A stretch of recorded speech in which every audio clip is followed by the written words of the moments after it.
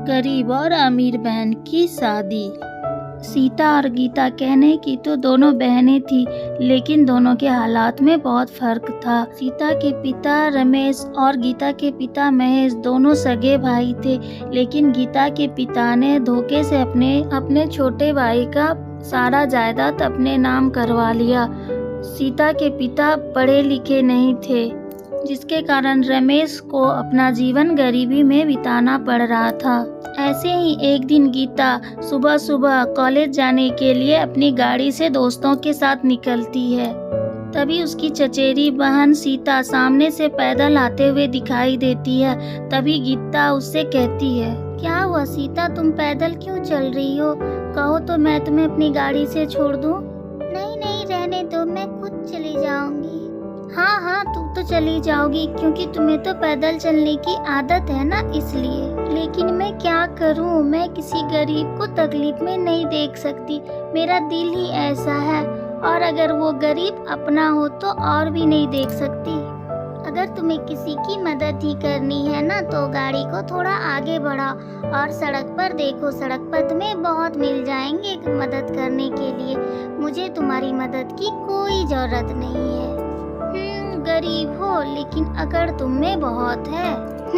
क्या करें, एक ही खून है तो अकड़ भी दोनों में एक जैसी ही होगी ना। मुझे अच्छी तरह से पता है कि तुम मदद के चक्कर में अपने गाड़ी का शौक और दौलत का रौब झाड़ने आई हो। हाँ, अच्छा है तुम समझ गई।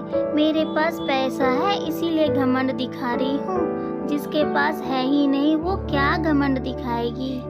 गीता की बात सुनकर सीता को बहुत गुस्सा आता है, इसीलिए वो कुछ बिना बोले वहाँ से चली जाती है, जहाँ उसके माता पिता बैठकर चाय पी रहे होते हैं। तभी सीता उनसे कहती है, माँ, पिताजी, मुझे एक बात समझ में नहीं आती है कि पिताजी और ताऊजी अपने सगे भाई हैं, तो ताऊजी इतना अमीर और हम लोग इतना गरीब क्यों हैं? क्या हुआ मेरी बेटी को? किसने उसका मूड खराब कर दिया? अरे बेटी, तुम आज ऐसा सवाल क्यों कर रही है? किसी ने तुझसे बाहर कुछ कहा है क्या? क्या हुआ तुमको? माँ, कहना क्या है, सब कुछ साफ साफ तो दिख रहा है। गीता दीदी के पास कॉलेज जाने के लिए इतनी बड़ी गाड़ी है, अब मेरे पास एक साइकिल तक नहीं है। बेटा, तेरे ताऊजी का बिजनेस है और तेरा पिता एक ड्राइवर है। यही तो मैं पूछना चाहती हूँ कि ऐसा क्यों? जब देखो हर हमेशा गीता दीदी अपने अमीर होने पर और मेरा गरीब होने पर रौब झाड़ती रहती है। कोई बात नहीं बेटी, वो मेरे बड़े भाई की बेटी है। अगर हम भी उसके तरह हो जाएंगे तो हमें और उसमें क्या फर्क रह जाएगा। अरे लेकिन उसको भी ऐसा नहीं करना चाहिए ना, उसे भी सोचना चाहिए कि हम लोग भी उसका परिवार है। अब मैं तुम लोगों को क्या बताऊं, जो आदमी अपने सगे भाई को धोखा दे सकता है तो वो अपनी संतान को क्या सीख देगा। पिताजी, अब आप कहाँ खो गए? कुछ नहीं बेटी, मुझे थोड़ा काम है, मैं अभी आ रहा हूँ। रमेश इतना कहकर वहाँ से चले जाता है। समय बीतता है। समय बीतने के साथ सीता और गीता की शादी फाइनल हो जाती है, लेकिन महेश अपने भाई को नीचा दिखाने के लिए अपनी बेटी की सगाई एक ही दिन, एक ही समय, एक ही स्थान पर रखता है। कुछ समय बाद दोनों के सगाई का दिन आ जाता है। दोनों जैसे ही अपना लहंगा पहनकर तैयार होकर स्टेज पर आती है, तभी सीता की लहंगा देखकर उसकी ताई अनीता उसकी माँ से कहती है, अरे ये कैसा लहंगा लेके आई है अपनी बेटी के लिए?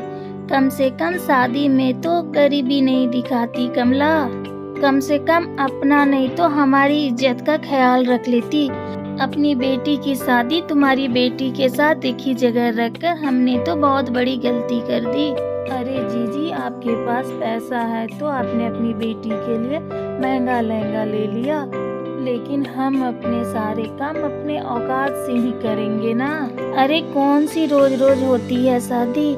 या फिर तुम्हारी 2-3 लड़कियां होती तो दूसरे में अपना अरमान पूरा कर लेती। अरे जी, आपकी बात सही है, लेकिन हमने अपनी बेटी के लिए आज तक जो भी किया है उससे वो बहुत खुश है और वो लहंगा पहनकर भी बहुत खुश है। और उसे तो हमसे कोई भी शिकायत नहीं है। शिकायत तो तब होगी ना जब उसने कभी महंगा लहंगा देखा हो। अनीता की बात सुनकर कमला वहाँ से चली जाती है और अनीता मेहमानों के साथ मिलकर सीता की लहंगा का बहुत मजाक उड़ाती है। वहीं दूसरी ओर अपनी बेटी के महंगे लहंगे और अपने पैसे का रौब झाड़ने में कमी नहीं रखती है। ये सब बातें सीता दूर कर ही देख रही होती है। उसे ये सब देखकर बहुत तकलीफ होता है। कुछ देर बाद मेहमान चले जाते हैं। कुछ समय के बाद रमेश और कमला अपनी बेटी के कमरे में जाते हैं। बेटी, हमें माफ कर दे। हमारी वजह से तुम्हें अपनी सगाई में बहुत नीचे देखना पड़ा। हम तुम्हारी शादी के लिए अच्छी और महंगी लहंगा नहीं दिला पाए। हाँ बेटी, हमारी गरीबी की वजह से तुम्हें बहुत कुछ देखना पड़ता है। माँ, पिताजी, कैसी बात कर रहे हैं आप लोग? रही बात लहंगे की, तो मैं आपसे वादा करती हूँ कि मेरी शादी पे सब लोग हमारी लहंगे की ही बात करेंगे और अमीर लहंगे की तरफ कोई देखेगा भी नहीं। बस आप मुझे कुछ पैसे दे दीजिए पिताजी और लहंगे की फिक्र छोड़ दीजिए। रमेश सीता को पैसा दे देते हैं। वो लेकर के वो मार्केट जाती है। वहाँ से वो लहंगे के लिए सामान लाती है और दिन रात मेहनत कर कर अपने लिए शादी का लहंगा तैयार करती है और वो अपने पिताजी को दिखाती है। रमेश लहंगा देखकर बहुत खुश होते हैं और वो अपनी बेटी से कहते हैं, क्या बात है, मेरी बेटी ने तो बहुत ही सुंदर लहंगा बनाया है। अरे सुंदर नहीं, बहुत सुंदर है मेरी बेटी का लहंगा। अब तो वो लोग मेरी बेटी का लहंगा देखते रह जाएंगे। माँ, इसीलिए तो बनाया है मैंने ये लहंगा, ताकि वो लोग भी देखें कि हम लोग गरीब जरूर हैं लेकिन हमारे पास मेहनत और हुनर है। बिल्कुल सही कहा बेटी तुमने। इसके बाद रमेश और कमला शादी के बाकी कामों में लग जाते हैं। कुछ दिन के बाद शादी का दिन आ जाता है। जैसे ही गीता तैयार होने के लिए कमरे में जाती है तो उसका नजर सीता के लहंगे पर पड़ता है। तैसे गीता मन में कहती है, हे भगवान, उसके पास इतना अच्छा लहंगा कहाँ से आया। एक काम करती हूँ, मैं उसकी लहंगे को पहन के मंडप में चली जाती हूँ, फिर देखती हूँ वो क्या पहन के आती है। तब तो उसकी और इंसल्ट होगी क्योंकि उसके पास तो लहंगा ही नहीं होगा। गीता अपना लहंगा छुपाकर सीता का लहंगा पहन लेती है और इस बात से अनजान कि उसके चुन्नी पर उसका नाम लिखा हुआ है। तब वो सीता का लहंगा पहनकर मंडप पे पहुंच जाती है। तभी वहाँ पे सीता के माता पिता होते हैं। अपने बेटी के बनाए हुए लहंगा को गीता को पहना देखकर वो दंग रह जाते हैं। तभी वहाँ पर सीता आ जाती है और कहती है, क्या हुआ, आज तुम्हारी गरीबी अमीरी का कुछ नहीं रहा जो तुम मेरा लहंगा पहनकर यहाँ आई हो। तुम्हारी इतनी औकात है इतने महंगे लहंगे पहनने की। ये मेरा लहंगा है। कम से कम शादी के मंडप में तो झूठ मत बोलो।